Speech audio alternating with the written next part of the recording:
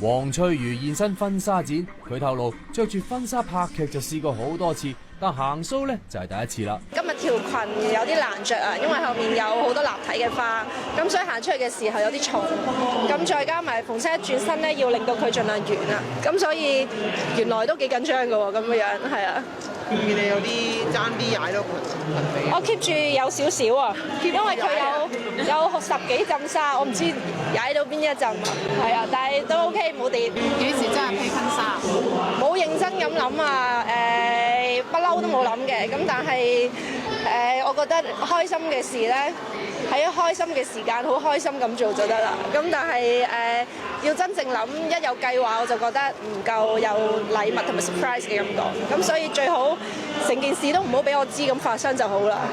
結婚嗰日你都入口先得㗎。咦係喎。係咯，冇人有識你，知唔知啊咁樣？即係隨時 ready，只要佢一